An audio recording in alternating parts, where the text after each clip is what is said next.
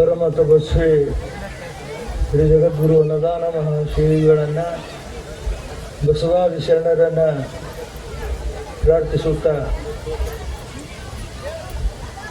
ಶ್ರೀ ಜಗದ್ಗುರು ಅನ್ನದಾನೇಶ್ವರ ವಿದ್ಯಾಸಮಿತಿಯ ಶತಮಾನೋತ್ಸವ ಸಮಾರಂಭದಲ್ಲಿ ಉದ್ಘಾಟಕರಾಗಿ ಮತ್ತು ಈ ಕಾರ್ಯಕ್ರಮವನ್ನು ನಡೆಸುವಂಥ ರೂವಾರಿಗಳಾದಂಥ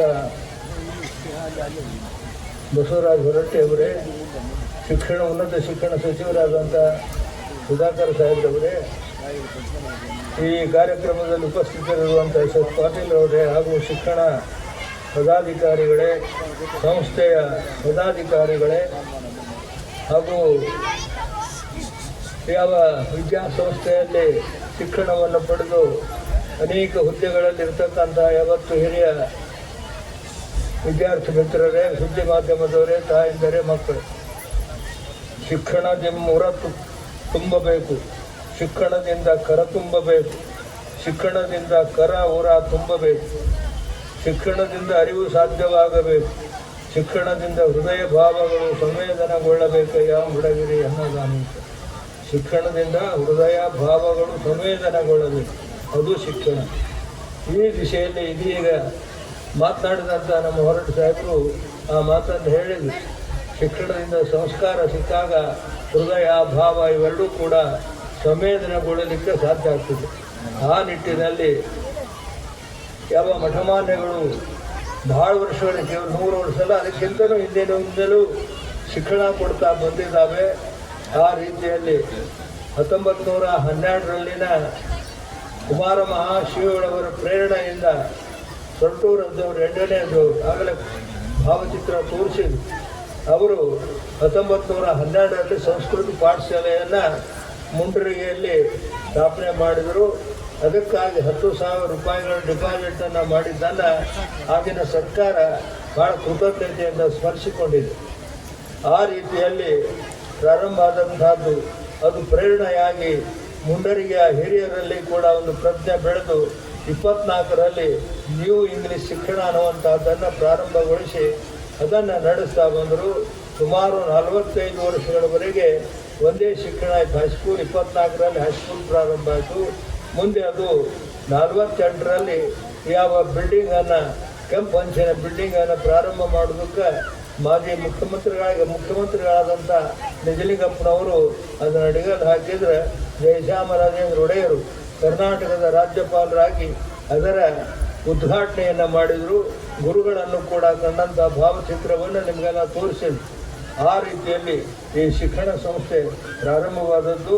ನಿಜವಾಗಲೂ ಕೂಡ ಇಂಥ ಒಂದು ಶಿಕ್ಷಣ ಸಂಸ್ಥೆ ಇದನ್ನು 1926ರಲ್ಲಿ ಅಧಿಕಾರ ವಹಿಸಿಕೊಂಡು 45 ವರ್ಷಗಳವರೆಗೂ ಕೂಡ ಅವರು ಒಂದೇ ಒಂದು ಶಿಕ್ಷಣ ಸಂಸ್ಥೆ, ಅದನ್ನು ಕೂಡ ಆ ಕಟ್ಟಡವನ್ನು ಕಟ್ಟಲಿಕ್ಕೆ ಆಗದೇ ಇರುವಾಗ ಅದನ್ನು ವೀರಭದ್ರಪ್ಪನವರು ಆ ಕಾಲದ ಹಿರಿಯರು ಬಂದು ಅಜ್ಜವ್ರು ಕೇಳಿದಾಗ ಅವಾಗ ಕೊಡಲಿಕ್ಕೆ ಹಣ, ಯಾಕಂದರೆ ಭಾಳ ವರ್ಷಗಳಿಂದ ಸುಮಾರು ಮುಂಡ್ರಿಗಿ ಮಠಕ್ಕೆ 85 ವರ್ಷಗಳ ಕಾಲ ನಿರಂತರ ಹೋರಾಟ, ನ್ಯಾಯದ ಹೋರಾಟ, ಕೋರ್ಟ್ ಅದು ಸುಪ್ರೀಂ ಕೋರ್ಟ್ವರೆಗೂ ಕೂಡ ಹೋರಾಟ ನಡೆದು ಅದೆಲ್ಲ ನ್ಯಾಯದ ಇದರಲ್ಲಿ ಜರ್ಜಿತವಾದಂಥ ಮಠಕ್ಕೆ ಆಸ್ತಿ ಕೊಡಲಿಕ್ಕೆ, ಹಣ ಕೊಡಲಿಕ್ಕೆ ಆಗದೆ ಇರುವಾಗ ಸುಮಾರು 4-5 ಊರುಗಳ ಜಮೀನುಗಳನ್ನು ಮಾರಾಟ ಮಾಡಿ ಈ ಹೈಸ್ಕೂಲಿಗೆ ಆಗ 25,000 ರೂಪಾಯಿ ಒಮ್ಮೆ ಮತ್ತು 15,000 ಒಮ್ಮೆ ಹೀಗೆ ಕೊಟ್ಟಂಥದ್ದು. ಬೋರ್ಡಿಂಗ್ ಕಟ್ಟೋದಕ್ಕೂ ಕೂಡ 15,000 ರೂಪಾಯಿಗಳನ್ನು ಕೊಟ್ಟರು. ವೀರಭದ್ರಪ್ಪನವರು ಈ ಸಂಸ್ಥೆಗಳನ್ನು ನಡೆಸ್ತಾ ಬಂದರು. ಕೊನೆಗೆ ಅವರ ಒಂದು ಮುಪ್ಪಿನ ಕಾಲದಲ್ಲಿ ಅವರಿಗೆ ನಡೆಸಲಿಕ್ಕಾಗೋದಿಲ್ಲ, ಇದನ್ನು ಮುಂದೆ ನಡೆಸ್ಕೊಂಡು ಹೋಗೋರು ಯಾರು ಅನ್ನುವಂಥದ್ದು ಬಂದಾಗ ಮತ್ತು ಅಜ್ಜವ್ರ ಪಾದಕ್ಕೆ ಬಂದು ಬುದ್ಧಿ ತಾವ ನಡೆಸಬೇಕು ಅಂತ ಹೇಳಿ ಅವರಿಗೆ ಸಮರ್ಪಿಸ್ತಾರೆ. 1967 ಏಪ್ರಿಲ್ ತಿಂಗಳಲ್ಲಿ ಅಜ್ಜವ್ರು ಲಿಂಗದೊಳಗೆ ಹಾಕ್ತಾರೆ. ಮುಂದೆ ಅವಾಗ ನಮ್ಮನ್ನು ಉಪಾಧ್ಯಕ್ಷರು ಮಾಡಿದ್ರೆ ಮುಂದೆ ಅದೇನಾಯ್ತು ಅಂದರೆ ನಮ್ಮ ಅಧ್ಯಕ್ಷತೆಯೊಳಗೆ ನಮ್ಮ ಮುಂದನ ಕಮಿಟಿಯವರು ಅವಿಶ್ವಾಸ ಮಾಡಿ ನೀವು ಈ ನಡ್ಸಕ್ಕೆ ಅಯೋಗ್ಯರ ಅಂತ ಹೇಳಿ ಮಾಡುವ ಲೆಕ್ಕದೊಳಗೆ ನಮ್ಮನ್ನು ಸಭೆಯಿಂದ ಎನಿಸ್ಕಳಿಸ್ತಕ್ಕಂಥ ವಿದ್ಯಾಸಂಸ್ಥೆ ಇದೆ. ಇಂಥ ಒಂದು ಪರಿಸ್ಥಿತಿಯಲ್ಲಿನೂ ಕೂಡ ಮುಂದೆ 69ರಲ್ಲಿ ನಮಗೆ ಅಧಿಕಾರ ಆದಮೇಲೆ ಮತ್ತೆ ಆ ಕಾಲದ ಆ ತುಳಚಾಮ ಡಾಕ್ಟ್ರು ಭೂಮರೆಡ್ಡಿ ಶಿವಪ್ಪನವರೆಲ್ಲ ಕೂಡ್ಕೊಂಡು ಮತ್ತೇನು ಮಾಡಿದ್ರು ಅಂದರೆ ಬುದ್ಧಿ ತಾವ ನಡೆಸ್ಬೇಕು ತಂಪಾದಕ್ಕೆ ಇದು ಸಲ್ಲಬೇಕು ಅಂತ ಹೇಳಿ 1969ರಲ್ಲಿ ವಿದ್ಯಾಸಂಸ್ಥೆಯನ್ನು ಅದನ್ನು ಮತ್ತೆ ನಮ್ಮ ಹೊರಳಿಗೆ ಹಾಕಿದಾಗ ಅವಾಗ ನಾವು ವಿಚಾರ ಮಾಡಿ ನೋಡ್ರಿ ನೀವು ಇದು ಮಾಡಿ ಬೇಕಾಯ್ತು ಇಟ್ಕೊಳ್ಳೋದು ಬೇಡ ಅಂತಂದ್ರೆ ನಡೀರಿ ಅಂತ ಹೇಳಿ ಕಳಿಸುವಂಥ ಸಂಸ್ಥೆ ಆಗೋದು ಬೇಡಪ್ಪ ಅಂಥೇಳಿ ಅದಕ್ಕೆ ನಿರಂತರವಾಗಿ ಮಠದ ಸ್ವಾಮಿಗಳು ಯಾರು ಇರ್ತಾರೆ ಅವರ ಅಧ್ಯಕ್ಷರಾಗಿರಬೇಕು ಅಂತ ಹೇಳಿ ನಿಯಮಾವಳಿಯನ್ನು ಬದಲು ಮಾಡಿ ಚಾರ್ಟಿ ಕಮಿಷನರ್ ಕಡೆಯಿಂದ ಅದನ್ನು ಅಪ್ರೂವ್ ಮಾಡಿಸ್ಕೊಂಡಂಥ ವಿದ್ಯಾಸಂಸ್ಥೆ ಅವಾಗ ಜಗದ್ಗುರು ಅನ್ನದಾನೀಶ್ವರ ವಿದ್ಯಾಸಮಿತಿಯಾಗಿ ಪರಿಣಾಮಗೊಂಡು ಈ ಜಗದ್ಗುರು ಅನ್ನದಾನೀಶ್ವರ ವಿದ್ಯಾಸಂಸ್ಥೆ ಮುನ್ನಡೆಯಿತು. 69ರಲ್ಲಿ ಆಗಲೇ ಹೇಳಿದ ನಮ್ಮ ಜವಳಿಯವರು ಶಿಕ್ಷಣದ ಬೆಳವಣಿಗೆ ಬೇರೆ ಬೇರೆ ಹಳ್ಳಿಗಳಲ್ಲಿ ಗ್ರಾಮಾಂತರ ಪ್ರದೇಶದಲ್ಲಿ ಬೆಳೆದಂಥ ಯಾವ ಶಿಕ್ಷಣ ಸಂಸ್ಥೆ ಇವತ್ತು ನಿಜವಾಗಲೂ ಕೂಡ ಬಹಳಷ್ಟು ತೊಂದರೆಗಳನ್ನು ಅನುಭವಿಸ್ತಾ ಅನೇಕ ರೀತಿಯ ಹಲವಾರು ಆಗಲೇ ನಮ್ಮ ಹೊರಟು ಸಾಹೇಬರು ಹೇಳಿದರು, ಶಿಕ್ಷಣ ಸಂಸ್ಥೆ ಕಟ್ಟೋದು ಸುಲಭ ಆದರೆ ನಡೆಸೋದು ಭಾಳ ಕಷ್ಟ ಅಂತ. ಅದು ನಿಜವಾಗಲೂ ಕೂಡ ಕಷ್ಟದ ಸಾಧ್ಯವೇ. ಅಂಥ ರೀತಿಯೊಳಗೆ ಈ ಶಿಕ್ಷಣ ಸಂಸ್ಥೆಗೆ ಈ ಎಲ್ಲ ಊರುಗಳಲ್ಲಿನೂ ಕೂಡ ಅನೇಕ ಪ್ರಯತ್ನ ಮಾಡಿ ಕಟ್ಟಡಗಳನ್ನು ಮಾಡುವುದರ ಜೊತೆಗೆ ಇವತ್ತು ಇಂಥ ಒಂದು ಭವ್ಯವಾದಂಥ ಕಟ್ಟಡ ಇದು ಕೇಳಿದರೆ 5-6 ಕೋಟಿ ರೂಪಾಯಿ ಇದಕ್ಕೆ ಸಲ್ಲಿದೆ ಅನ್ನುವಂಥ ಮಾತನ್ನು ಹೇಳಿದಾಗ ಇವತ್ತು ಇಲ್ಲೇ ನಮ್ಮ ಕುಂತಿದ್ದಾರೆ ಶೆಟ್ರು ಸಾಹೇಬ್ ಇಂಜಿನಿಯರು ಅವರೆಲ್ಲ ನಕಾಶೆ ಹಾಕಿಕೊಟ್ಟು ಅದು ವರ್ಷಕ್ಕೊಂದೊಳಗೆ ನಡೆಸಬೇಕಾದ್ರೆ ಅದರ ವ್ಯವಸ್ಥೆ ಹಣಕಾಸಿನ ವ್ಯವಸ್ಥೆ ನಮ್ಮ ಜವಳಿಯವರು ಭಾಳ ಸರಳವಾಗಿ ಹೇಳಿದರು. ಅವರು ಇವರ ಕೊಟ್ಟರು ಎಲ್ಲರೂ ಕೊಟ್ಟವ್ರು ಎಷ್ಟು ಮಂದಿ ಅಂದರೆ ಒಂದು 48 ಮಂದಿ ಮಾತ್ರ 1 ಲಕ್ಷ ರೂಪಾಯಿ ಕೊಟ್ಟಾರೆ. ಕಿರ್ಲೋಸ್ಕರ್ ಕಂಪ್ನಿಯವರು ಬೇವನಹಳ್ಳಿ ಕಿರ್ಲೋಸ್ ಕಂಪ್ನಿಯವರು ಮಾತ್ರ ಅವರು ವರ್ಷಾನು ಕೊಡ್ತಾ ಬಂದು ಈ ಸಲನೂ ಕೂಡ ಅವ್ರು ಈಗಾಗಲೇ ಕೊಟ್ಟಿದ್ದಾರೆ ಮತ್ತು 100 ಡೆಸ್ಕ್ಗಳನ್ನು ಕೂಡ ಅದಕ್ಕೆ ಮಾಡಿಸಿಕೊಟ್ಟಿದ್ದಾರೆ. ಹಾಗೆ ಇವತ್ತು ಬೇರೆ ಬೇರೆ ರೀತಿಯಲ್ಲಿ 2 ಲಕ್ಷ ಕೊಟ್ಟಿರ್ಬೋದು, 3 ಲಕ್ಷ ಕೊಟ್ಟಿರ್ಬೋದು, ಇದಕ್ಕಿಂತ ಹೆಚ್ಚು ಯಾರು ಕೂಡ ಸಂಸ್ಥೆಯವರು ಕೊಟ್ಟಿಲ್ಲ. ಇವತ್ತು ನಮ್ಮ ಶಾಲೆ ಶಿಕ್ಷಕರು ಕೂಡ ಅವರು ತಮ್ಮ ಒಂದೊಂದು ತಿಂಗಳ ಪಗಾರ ಕೊಟ್ಟರು. ಹೀಗೆ ಅದು ಆದರೂ ಕೂಡ ಎಷ್ಟು ಹಣ ಅದಕ್ಕೆ ಸಾಧ್ಯ ಆಗ್ತದೆ ಅನ್ನೋ 1-1.5 ಕೋಟಿ ಒಳಗೆ ಆಗಿರಬೇಕು. ಆದರೆ ಉಳಿದೆಲ್ಲ ಹಣವನ್ನು ಕೂಡಿಸುವಂಥ ಕೆಲಸ ನಮ್ಮ ಮಠದಲ್ಲಿ ಸಂಸ್ಥೆಯಲ್ಲಿ ಓದದೇ ಇರ್ತಕ್ಕಂಥ ಭಕ್ತರು ಕೂಡ ಈ ಸಂಸ್ಥೆಗೆ ಕೊಡಮಾಡಿದ್ದಾರೆ. ನಮ್ಮ ವೆಂಕಣ್ಣವ್ರು ಬಂದಿದ್ದಾರೆ, ನಮ್ಮ ಸಿದ್ದಣ್ಣ ಬಂದಿದ್ದಾರೆ, ಯರಾಸಿ ಬಂಧುಗಳು, ಅವರ ಮಕ್ಕಳು ಅವರು ನಮ್ಮಲ್ಲಿ ಓದದಿದ್ದರೂ ಕೂಡ ಮಠದ ಮೇಲಿನ ಅಭಿಮಾನ ಭಕ್ತಿಯ ವಿಶ್ವಾಸದಿಂದ ಅವರು ಕೂಡ ಹೇಳಿದ ಕಣ 1 ಲಕ್ಷ ರೂಪಾಯಿಗಳನ್ನು ಕಳಿಸ್ಕೊಟ್ರು, ಇದು ಮಾಡಿದರು. ಇಂಥ ಒಂದು ರೀತಿಯೊಳಗೆ ಈ ಕಟ್ಟಡ ನಿರ್ಮಾಣ ಆಗಬೇಕಾದ್ರೆ ಅದೆಷ್ಟು ತೊಂದರೆ ಶ್ರಮ ವಹಿಸಿ ಭಾಳಷ್ಟು ಈ ಕೆಲಸವನ್ನು ನಾವು ಗುಡದಪ್ಪನವರು ಪ್ರದೀಪ್ ಗೌಡ ನಿಂತುಕೊಂಡು ಕೆಲಸ ಮಾಡಿಸಿದ.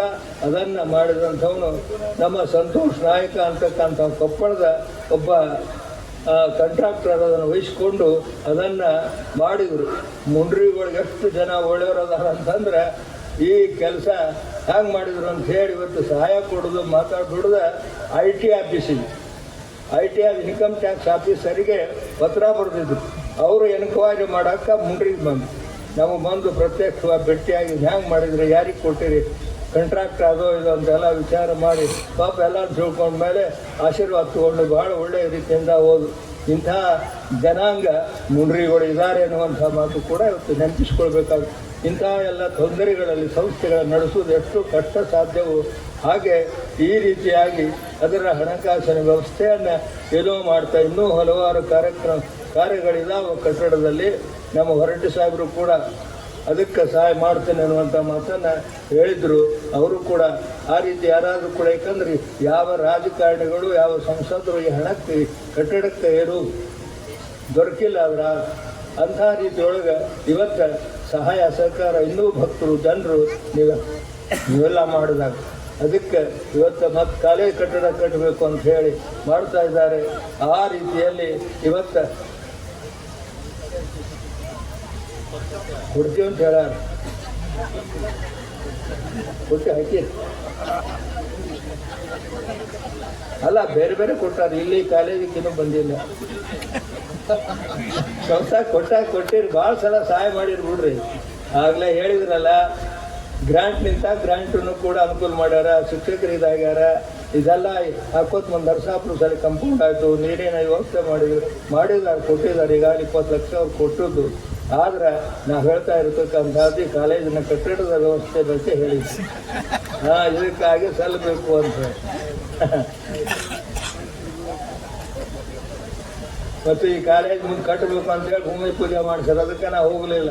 ನಮ್ಮ ಜವಾಬ್ದಾರಿ ಅಲ್ಲ, ನೀವು ಮಾಡ್ರಿ ಅಂತ ಹೇಳ್ಬಿಟ್ಟಿದ್ವಿ. ಯಾಕಂದ್ರೆ ಎಲ್ಲಿ ತನ ನಾವು ಪೇಚಾಡಬೇಕು, ಎಲ್ಲಿ ತನ?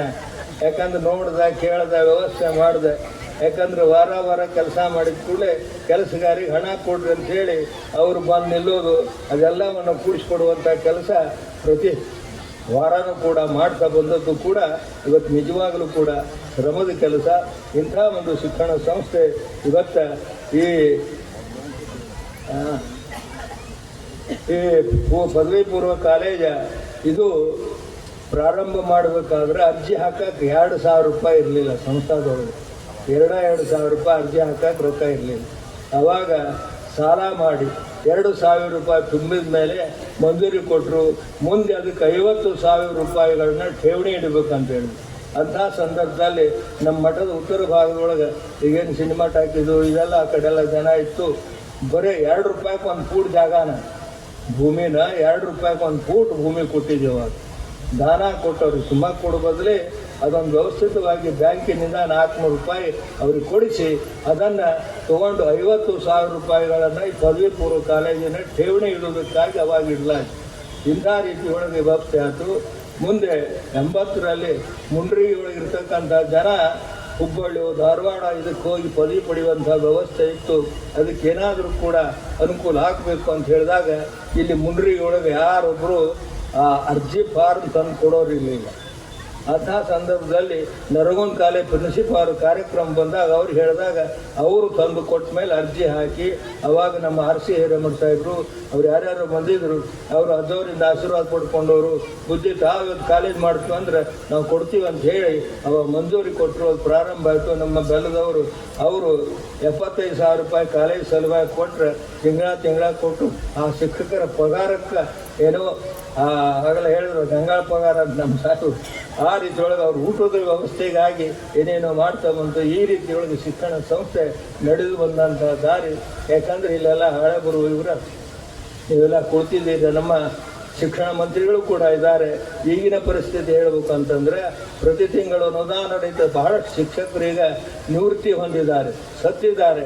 ಅವರ ಜಾಗೆಯಲ್ಲಿ ಯಾವ ಉಪನ್ಯಾಸಕರನ್ನು ಅವರನ್ನು ತೆಗೆದುಕೊಂಡು ಇವತ್ತು ಕೆಲಸ ಮಾಡಿಸ್ತಕ್ಕಂಥ ಕೆಲಸ ಏನಿದೆ ಪ್ರತಿ ತಿಂಗಳ 12 ಲಕ್ಷ ರೂಪಾಯಿಗಳನ್ನು ಅವ್ರ ವೇತನ ಕೊಡಬೇಕಾಗ್ತದೆ. 12 ಲಕ್ಷ ರೂಪಾಯಿಗಳನ್ನು ಪ್ರತಿ ತಿಂಗಳೂ ಕೂಡ ಅವ್ರು ವೇತನ ಕೊಡಬೇಕಾಗ್ತದೆ. ಆ ವ್ಯವಸ್ಥೆ ಮಾಡೋದು ಇಲ್ಲಿ ತನಕ ಮಾಡಿ ಬಂದಿದ್ದೀವಿ. ಅದೇನು ಮುಂದೆ ಮಾಡೋದು ಬಹಳ ಕಷ್ಟ ಅನ್ನುವಂಥ ಮಾತನ್ನು ನಮ್ಮ ಶಿಕ್ಷಣ ಮಂತ್ರಿಗಳಿಗೆ ನಮ್ಮ ಸಭಾಪತಿ ಹೇಳಬೇಕಾಗೈತೆ ಅಂತೇಳಿ ನಾವು ನೋಡಿ ಮಾತನಾಡೋದಕ್ಕೆ ಸಮಯ ತೆಗೆದುಕೊಳ್ಬೇಕಾಯ್ತು. ಆ ರೀತಿಯಲ್ಲಿ ಇವತ್ತು ನಿಜವಾಗಲೂ ಕೂಡ ನೀವೇನಾದರೂ ಸಹಾಯ ಮಾಡಿದ್ರೆ ನಾವು ಪ್ರಧಾನಮಂತ್ರಿಗೆ ಶಿಕ್ಷಣಕ್ಕೆ ಏನಾದರೂ ಒಂದಿಷ್ಟು ಸಹಾಯ ಮಾಡಿರಿ ಅಂತೇಳಿ ಲೆಟರ್ ಬರೆದಿದ್ದು. ಅದಕ್ಕೇನು ಉತ್ತರ ಬರಲಿಲ್ಲ ಮತ್ತು ಆ ಕೊಡುವ ವ್ಯವಸ್ಥೆ ಇಲ್ಲ ಅಂತ ಯಾರೋ ಹೇಳಿದರು. ಅದೇನೋ ಇರಲಿ ಅಂತ ನಾವು ಬರೆದಿದ್ದೆವು.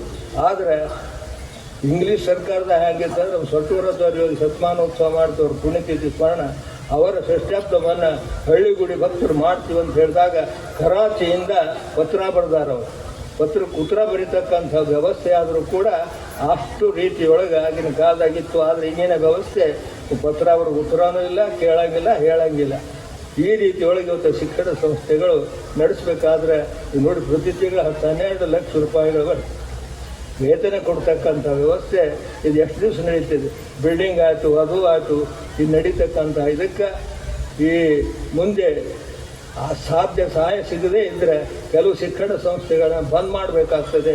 ಆ ದೃಷ್ಟಿಯಿಂದ ನಮ್ಮ ಮಾನ್ಯ ಸಚಿವರು, ಮಾನ್ಯ ಸಭಾಪತಿಗಳು ಆ ರೀತಿಯೊಳಗೆ ಇನ್ನಷ್ಟು ಪ್ರಯತ್ನ ಮಾಡಿ ಈ ಶತಮಾನ ಕಂಡಂತಹ ಸಂಸ್ಥೆಗಳಿಗಾದರೂ ಕೂಡ ನಿಮ್ಮ ಸಹಾಯ ಸಹಕಾರ ದೊರೆತರೆ ಸಂಸ್ಥೆಗಳು ಉಳಿತಾವ ಅನ್ನತಕ್ಕಂಥ ಮಾತನ್ನು ಈ ಸಂದರ್ಭದಲ್ಲಿ ಹೇಳ್ತಾ ಮತ್ತೊಮ್ಮೆ ನಿಮ್ಮೆಲ್ಲರಿಗೂ ಕೂಡ ಶಿಕ್ಷಣದ ವ್ಯವಸ್ಥೆ ಬಗ್ಗೆ ಇನ್ನೂ ಹೆಚ್ಚಿನ ಗಮನ ಇವತ್ತು ನಮ್ಮ ದೇಶದಲ್ಲಿ ಆಗಬೇಕಾಗಿದೆ. ಶಿಕ್ಷಣ ಅಂತಕ್ಕಂಥದ್ದು ಇವತ್ತು ಬಹಳ ಒಳ್ಳೆಯ ರೀತಿಯಿಂದ ಶಿಕ್ಷಣ ಕೊಟ್ಟಾಗ ಮಾತ್ರ ಮಕ್ಕಳಲ್ಲಿ ನಮ್ಮ ಶಿಕ್ಷಣ ವಿದ್ಯಾಸಂಸ್ಥೆಯಲ್ಲಿ ಕಲಿತಂಥ ಶಿಕ್ಷಕರು ಬಹುಸಂಖ್ಯಾತರು ಸಾವಿರ ಗಟ್ಟಲೆ ಮಂದಿ ಜನ ಇವತ್ತು ಬೇರೆ ಬೇರೆ ಹುದ್ದೆಯಲ್ಲಿ ಕೆಲಸ ಮಾಡ್ತಿದ್ದಾರೆ. ಅವರು ಕೂಡ ತಿಳಿದವರು ತೋರು ಭಾಳ ಸಹಾಯ ಮಾಡ್ತಾ ಇದ್ದಾರೆ. ಹಾಗೆ ಇನ್ನೂ ಕೂಡ ಮಾಡಿದರೆ ಇಂಥ ಸಂಸ್ಥೆಗಳು ಉಳಿತಾವೆ.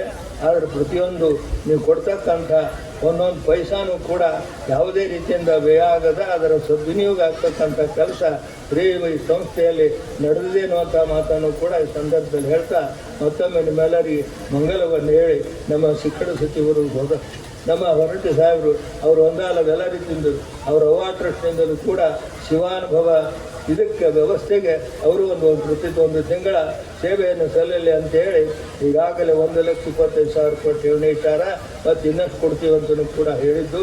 ಹಾಗೆ ಆ ರೀತಿಯಲ್ಲಿ ಅವರ ಸಹಾಯ ಇನ್ನೂ ಹೆಚ್ಚು ಸಿಗಲಿ ಅಂತೇಳಿ ಆಶಿಸುತ್ತಾ ಮತ್ತೊಮ್ಮೆ ಎಲ್ಲರಿಗೂ ಕೂಡ ಮಂಗಲವನ್ನು ಹೇಳಿ ಮಾಡುವಂತ ಮುಗಿಸ್ತಾರೆ. ಕಾರ್ಯಕ್ರಮದ ಪಾವನ ಸನ್ನಿಧಾನವನ್ನು ಅಲಂಕರಿಸಿ ಆಶೀರ್ವಚನವನ್ನು ನೀಡಿ ನಮ್ಮೆಲ್ಲರನ್ನ ಆಶೀರ್ವದಿಸಿರುವಂತಹ ಜಗದ್ಗುರು ಮಹಾಸನ್ನಿಧಿಯವರ ಪಾದಗಳಿಗೆ ಅನಂತ ಭಕ್ತಿಯ ಪ್ರಣಾಮಗಳನ್ನು ಸಮರ್ಪಿಸಿ